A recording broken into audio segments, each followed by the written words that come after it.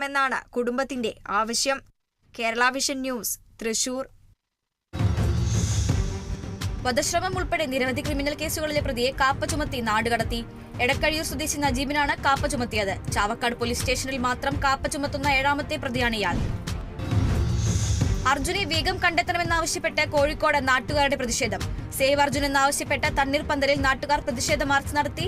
അർജുനായുള്ള തിരച്ചിൽ ഊർജിതമാക്കണമെന്നാവശ്യപ്പെട്ടായിരുന്നു പ്രതിഷേധം. മുത്തങ്ങ ചെക്ക് പോസ്റ്റിൽ മയക്കുമരുന്നുമായി ആയുർവേദ ഡോക്ടർ പിടിയിലായത് കൊല്ലം ചിറ്റുമല സ്വദേശി എൻ അൻവർ ഷാ. ഇയാളിൽ നിന്ന് 5 ലക്ഷം വില മതിക്കുന്ന 160 ഗ്രാം മെത്താഫെറ്റാമിൻ പിടികൂടി. KSRTC സ്വിഫ്റ്റ് ബസ്സിൽ നിന്നാണ് അൻവർ ഷാ പിടിയിലായത്. തിരുവനന്തപുരത്ത് ചികിത്സാ പിഴവിനെ തുടർന്ന് യുവതി മരിച്ച സംഭവത്തിൽ പ്രതിഷേധവുമായി പ്രതിഷേധം BJP നെയ്യാറ്റിൻകര മണ്ഡലം കമ്മിറ്റിയുടെ നേതൃത്വത്തിൽ. തിരുവനന്തപുരത്ത് കുത്തിവയ്പ്പിന് പിന്നാലെ അബോധാവസ്ഥയിലായി യുവതി മരിച്ച സംഭവത്തിൽ ചികിത്സാ പിഴവുണ്ടായിട്ടില്ലെന്ന് ഡോക്ടർമാരുടെ സംഘടന.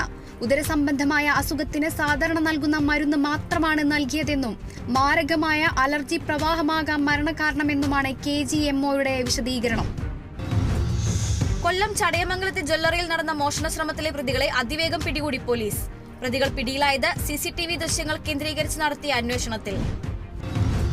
മുൻ മുഖ്യമന്ത്രി ഉമ്മൻചാണ്ടി അനുസ്മരണവും സർവ്വമത പ്രാർത്ഥനയും നടത്തി.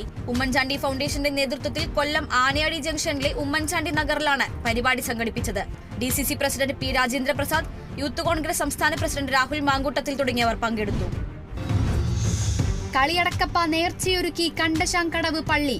വിശുദ്ധ യാക്കോബ് ശ്ലീഹായുടെ തിരുനാളിന്റെ പ്രധാനപ്പെട്ട സവിശേഷതയായ കളിയടക്കപ്പ നേർച്ചയ്ക്കുള്ള ഒരുക്കങ്ങൾ പൂർത്തിയായി. നേർച്ച ജൂലൈ 24, 25 തീയതികളിൽ.